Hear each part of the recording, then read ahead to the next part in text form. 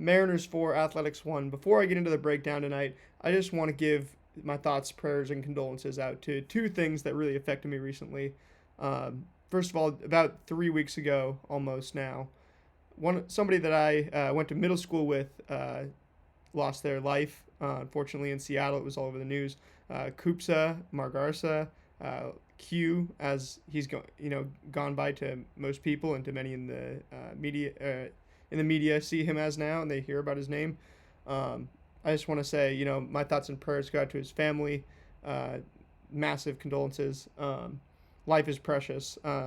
Everything else, is in a way secondary. We talk about things that matter the most.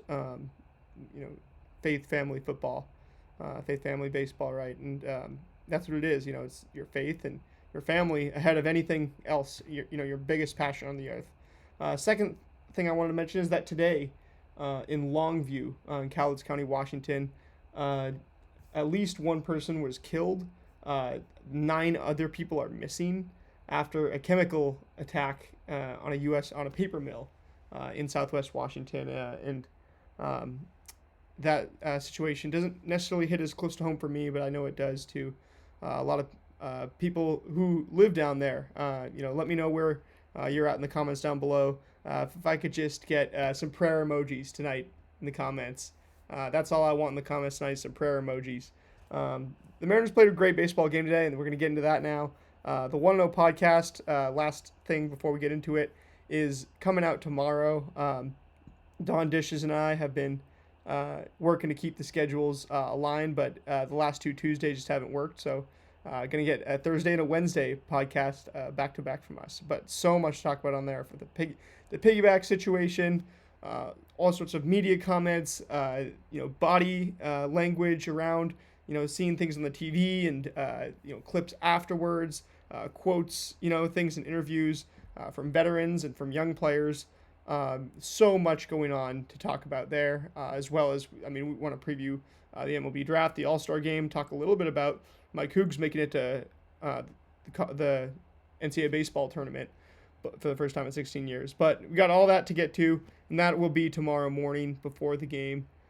So stay tuned for that tomorrow. But getting into this game finally, the Mariners can hit lefties. And this was going to happen all season. It just took longer than most of us expected. I didn't expect it to be right off the bat. We're going to be all, good to go. This is a traditionally slow start thing. Like, AJ Pollock was poor to begin the year with the Mariners. So was obviously Tommy La Stella, Donovan Solano last year, Colton Wong. I could go down the list of right-handed hitters who have struggled to begin their careers in Seattle. Mitch Garver falls on that list. But Rob Refsnyder is maybe, the worst of them all through 80 plate appearances or, whatever it is. But I was never really willing to give up on this.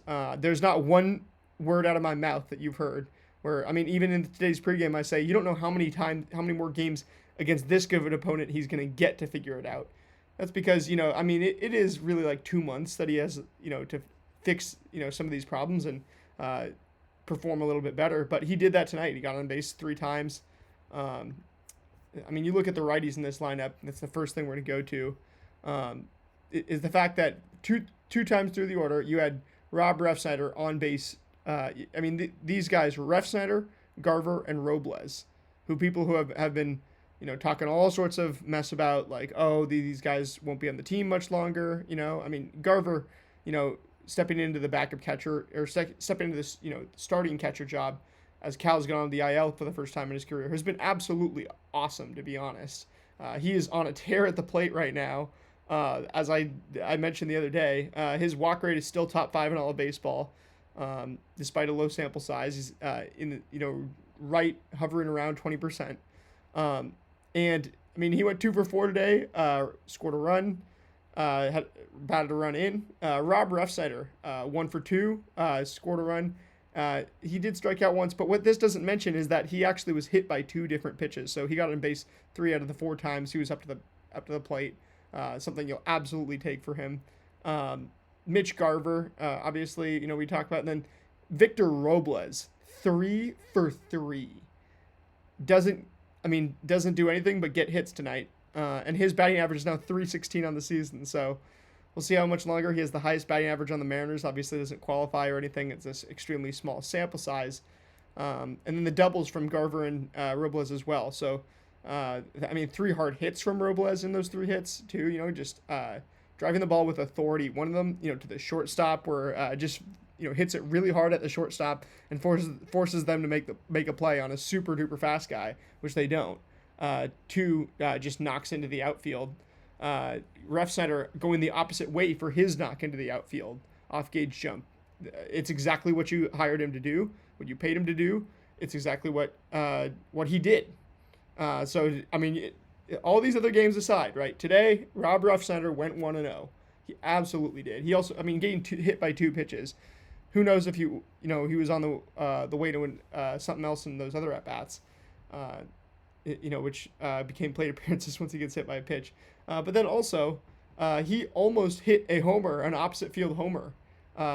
Like it was right next to the foul pole. It ended up being closer than it kind of should have been, but that he did as well. So a whole lot of positives from Refsnyder, from Garver, and Robles. Cole Young has been struggling just a little bit. He looks like he's trying to go to the opposite field every time. Is it just me, or is he sitting in the opposite field now? And he's just hitting a little bit of a cold streak. It's nothing alarming. He just looks like, he's so patient and he's so up the middle. Like he's fouling it off to the opposite field like every time. I don't know. Is this just me who noticed this? Let me know in the comments below if you've noticed this with Cole Young. We'll check back with it tomorrow. Maybe watch for it tomorrow and let me know after the day game.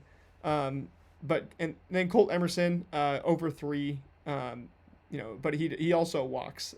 He helps start one of those big innings as well, or at least keeps it going. He works a walk though against a lefty. Still very, very, very promising signs, and a hard hit, also. Josh Naylor, 2 for 4, has a very interesting game, a very interesting defensive grab as well that ends up not being a catch because they rule that, he catches this ball which comes off the netting, and it looked like he caught it before the net. It looked completely like he caught it before the net. There's nothing, I still have no idea.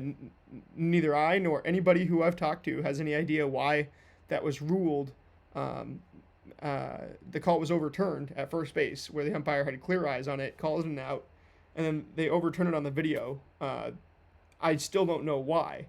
Some sort of interference with the netting, saying it's a foul ball, but I still don't know why that's the case. It means as soon as you can't touch the net, you can't, push the net out of the way with your glove to catch the ball. Like, that doesn't make any sense to me. Or to anybody I've talked to. So let me know down in the comments if you have anything on that.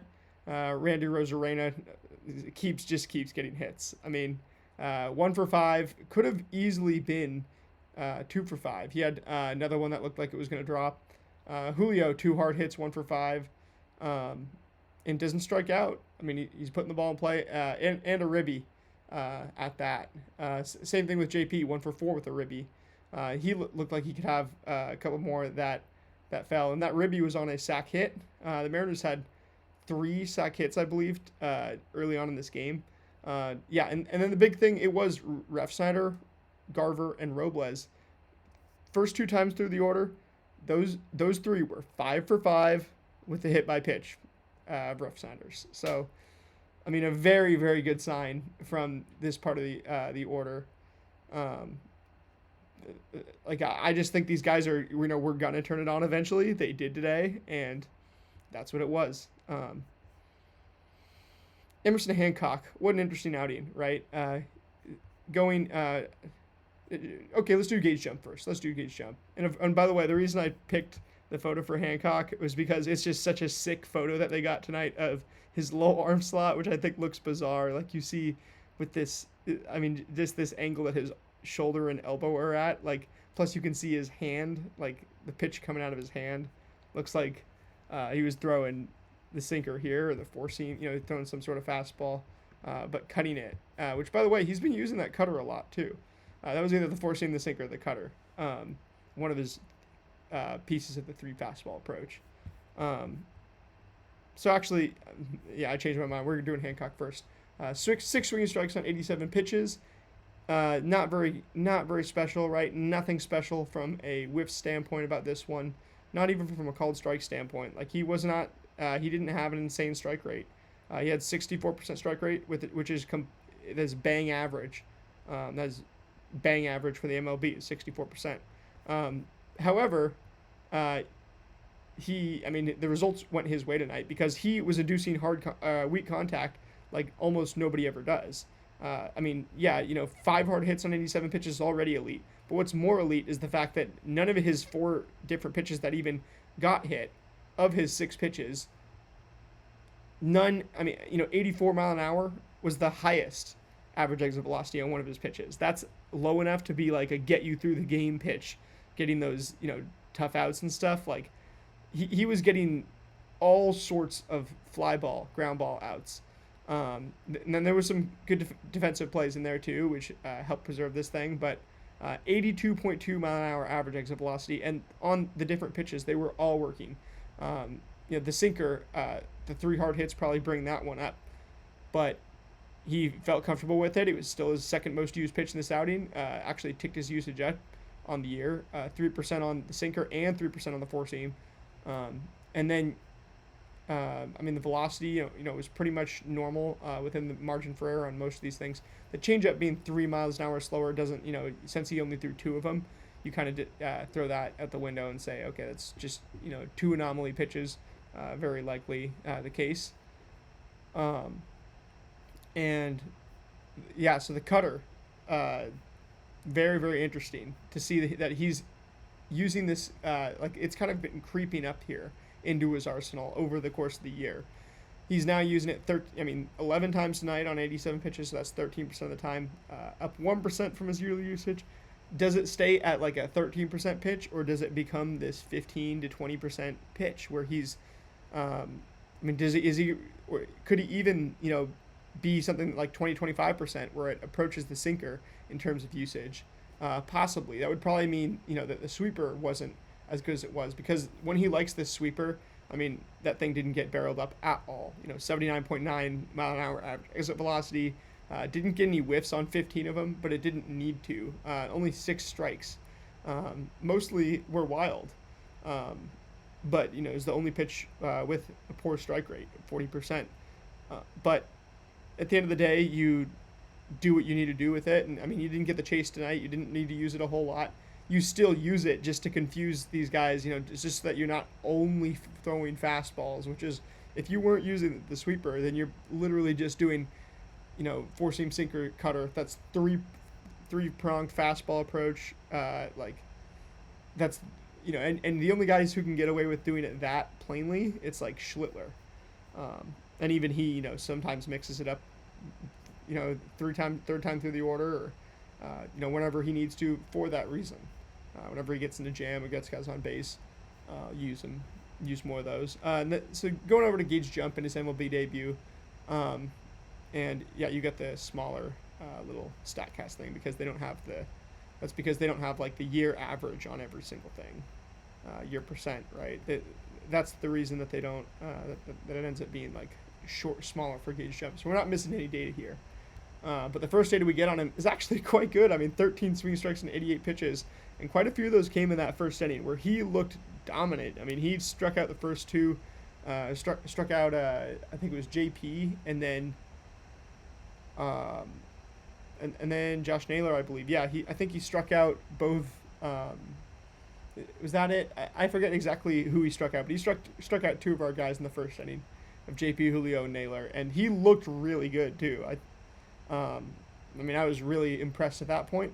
Unfortunately, he goes on to give up a whole lot of hard contact in his new home ballpark in Sacramento, and that's exactly what his problem is going to be for the foreseeable future, is that he has some swing and miss stuff.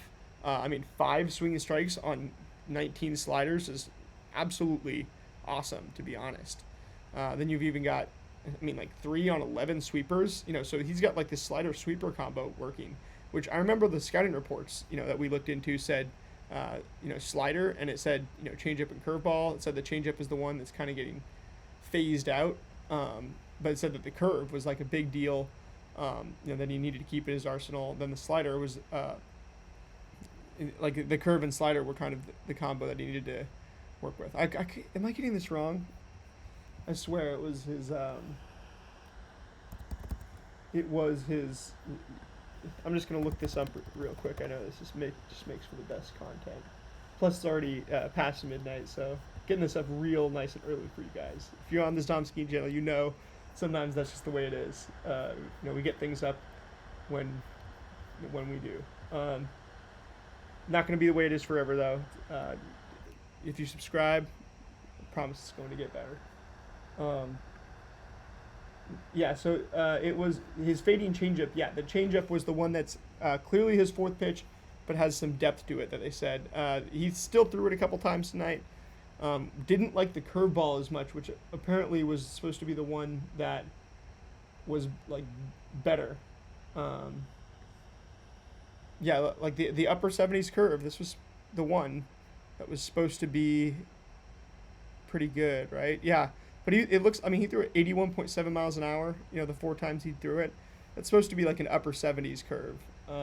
With downer break.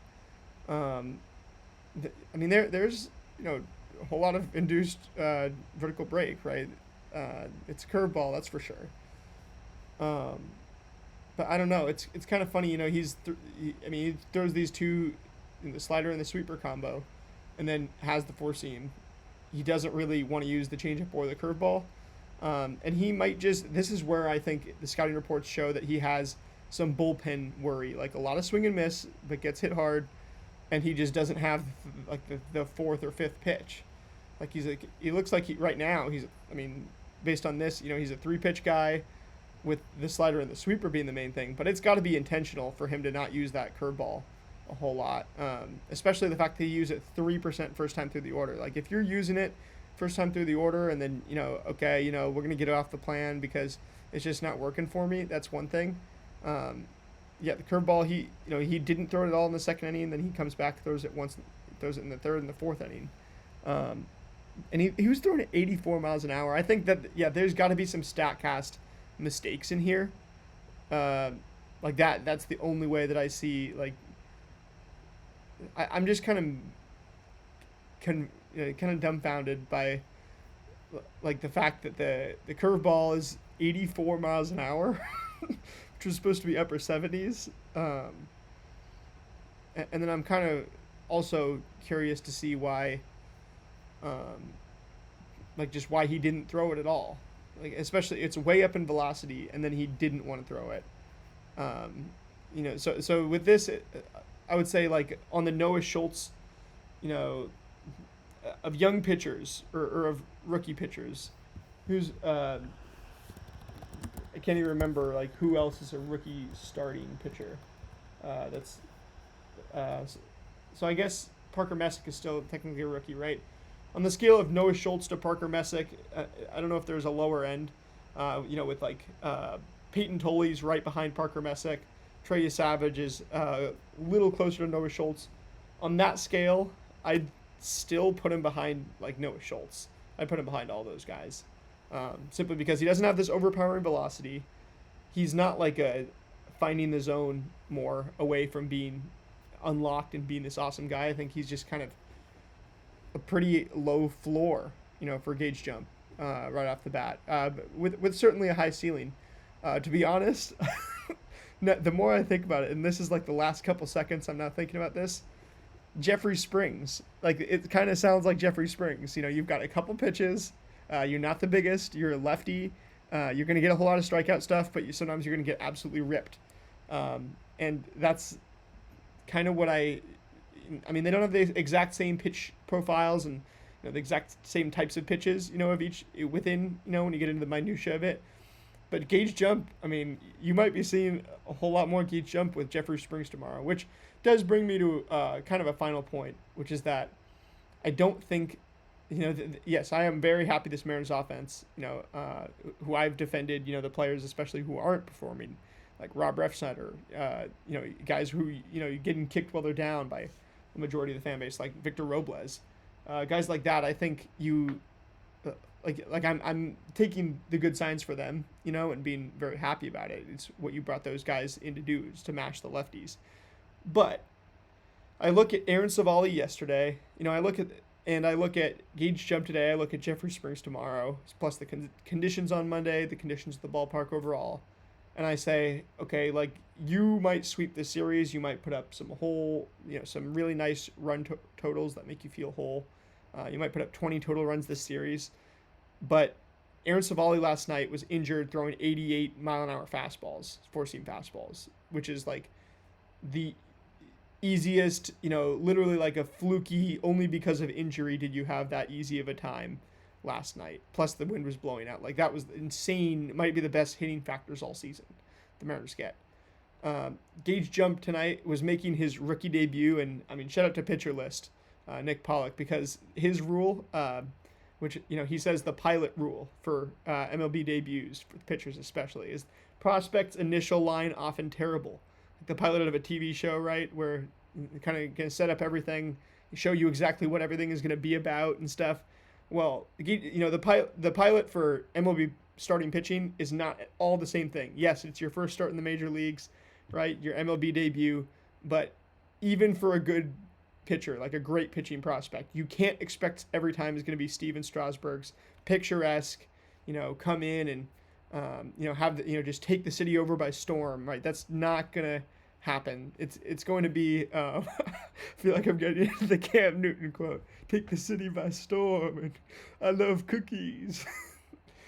Oh man, of course, I can't believe I just did that. It is 12:13. I should probably record this right after the game, but you look at the prospects' initial line often terrible. It's like. You don't come in, take over, the world by storm, pitching this masterpiece. Like, you're gonna, in your MLB debut. I mean, you look at Noah Schultz's MLB debut earlier this year. I remember watching that, and the Rays trot out Ben Williamson, Chandler Simpson, and Ryan Vilade, which is not at all what you're expecting. You're expecting to face, the New York Yankees and Aaron Judge and Yankee Stadium, or Ben Rice, and guys who are going to try to execute their game plan, who are too good to worry about what you are doing, right? But the real truth is, in your MLB debut, you're probably going to face the scrappiest lineup, who all they're concerned about is, what are you trying to do? It's going to be so easy to get you off of what you're trying to do. That's what that's what your, mom told you could come out here and do. That's what you're, oh, that's awesome, but not today, not against me. I'm gonna make that. I'm gonna make it a little longer till you get your first strikeout in the big leagues. I'm gonna make it a little longer till you have a good start. And even you have a great first inning like Gage Jump, and then opposite of Noah Schultz, where you had a bad first inning, and then you come out in the second inning, and then everything starts to unravel. First base hit. You don't know how to respond from that, and then you don't know how to. And then now it's the first time pitching with runners on base, and now it's the first time trying to get out of a jam, and then that stuff stacks up on top of each other. And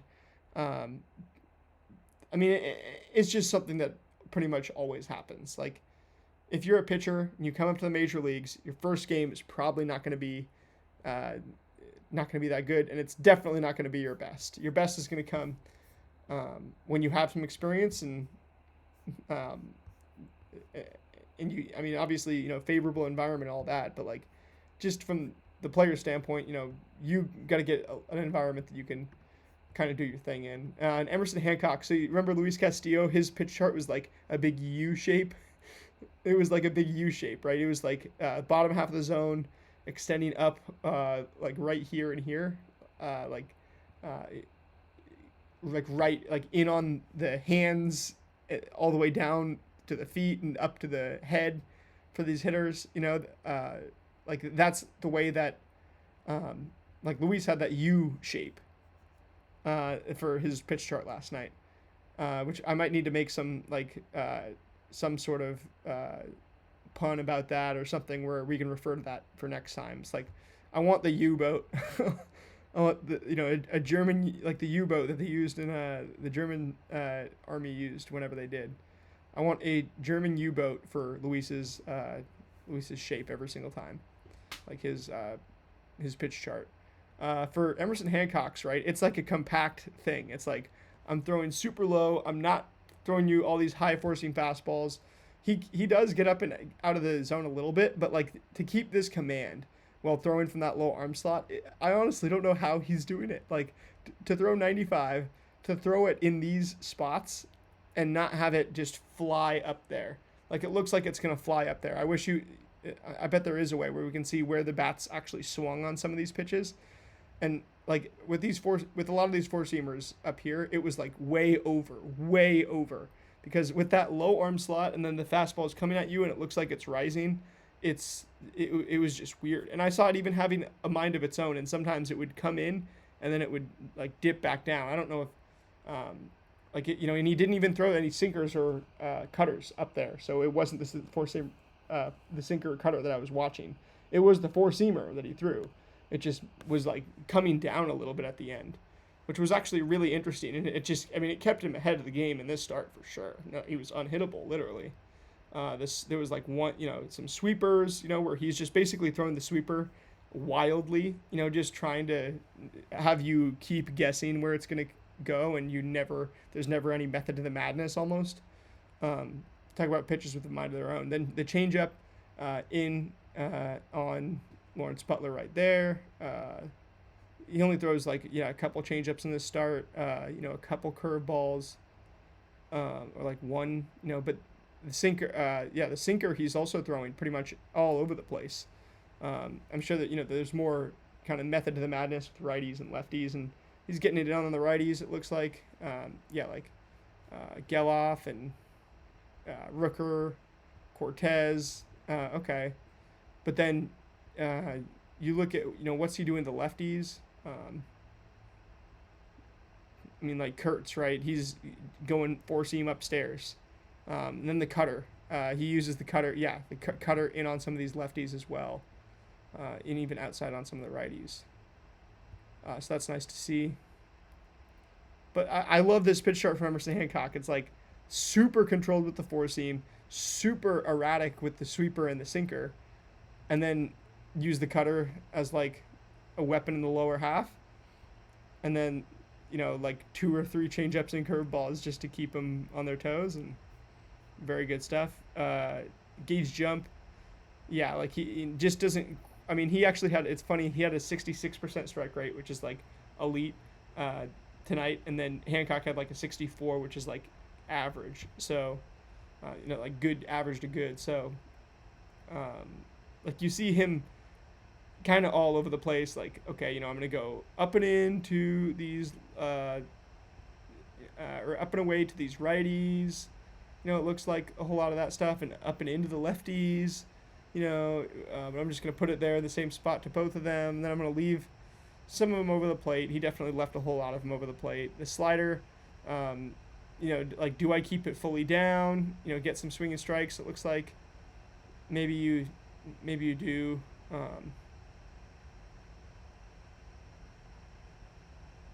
So it's hard to tell where exactly his swinging strikes were coming. But I think, the slider was getting him, and the sweeper was as well. Or, sorry, the slider and the sweeper for him were working. Not going to harp on it too much. Anyway, I think that's going to do it. I got to get up and record this 1-0 pod for you guys, and getting back to, having a whole lot of fun. Was on the trip, as you guys know, celebrating my family, family's accomplishments. Shout out to my little sister, and I was also on, on some other stuff, this past week, trying to get these videos up and getting them up a little bit late and stuff, and had a whole bunch, Seahawks catching up to do. I could make excuses all I want, right? But obviously not trying to make, not even thinking about make an excuse, but I'm like, I haven't been getting these videos up maybe as much as I would like to, as consistently as I would like to, but remember, as long as you go 1-0 every pitch, stay stoic and give all glory to God, you can't lose, even no matter what you've already done before. That being said, I will see you guys in the morning. Go Ems.